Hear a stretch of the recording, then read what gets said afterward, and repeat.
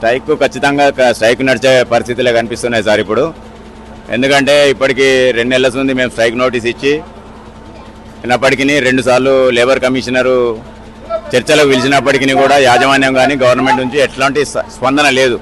కనీసం మరికి పరిస్థితికి ఇది ఇట్లా ఉన్నదని వివరణ ఇచ్చడానికి కూడా వాళ్ళు ప్రాముఖ్యం చూపెట్టట్లేదు. కాబట్టి వర్కర్లు కూడా కడుపు మండి ఉన్నది. ఒక డిఏ ఇస్తే ఒక ఎంత సీనియర్ డ్రైవర్ కూడా ఒక 1000 రూపాయల కన్నా ఎక్కువ పెరగదండి. దాన్ని మంత్రి గారు ఏం చెప్తున్నారు, మేము వారికి 2.1 డిఏ ఇచ్చినామని చెప్తున్నారు. అంటే పబ్లిక్లో అది ఏమనుకుంటారంటే దానికి ఏదో పెద్ద 5000 4000 వస్తున్నాయి అనుకుంటారు. ఒక డిఏ అది కూడా సెంట్రల్ గవర్నమెంట్ డిఏ వలిచేది, అదేదో పెద్ద ప్రత్యేకంగా ఇచ్చినట్టు దాన్ని మంత్రి గారు ఒక మంత్రి రవాణా మినిస్టరు డిఏ గురించి ప్రెస్ పెట్టి చెప్పడం ఎంతవరకు కరెక్ట్ అండి? డిఏ వస్తే ఎంత కలుస్తుంది?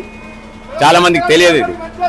కాబట్టి ఇప్పటికైతే కార్మికులు అంతా ఖచ్చితంగా వీరు అనుకుంటాను ఎక్కడో వెనక నుంచి ఏదో పార్టీ ప్రలోభాలతోటి వీళ్ళు ముందడికి పోతాను అనుకుంటాను, కానీ అట్లాంటిది ఏం లేదండి.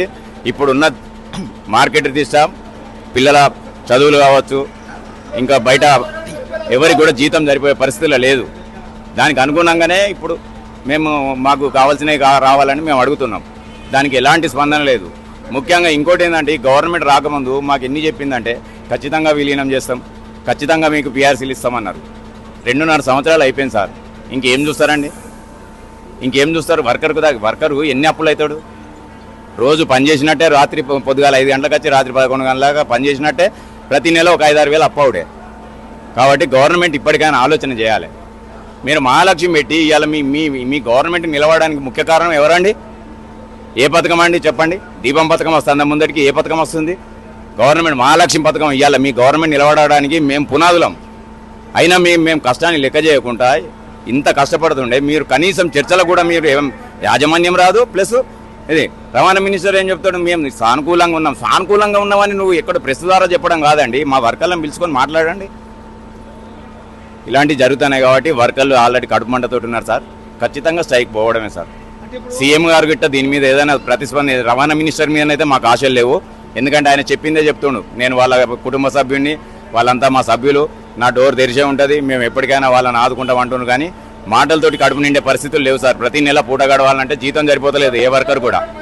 కాబట్టి దీని మీద సీఎం గారు ఏదైనా తీసుకుంటే ఇదైతే. కానీ ఒక్కటి మాత్రం వాస్తవం సార్, ఈ స్ట్రైక్ పోతే వాళ్ళు ఏమనుకుంటున్నారో తెలియదు, కానీ ఈ స్ట్రైక్ ద్వారా గవర్నమెంట్కి మాత్రం చాలా ఎఫెక్ట్ జరిగింది.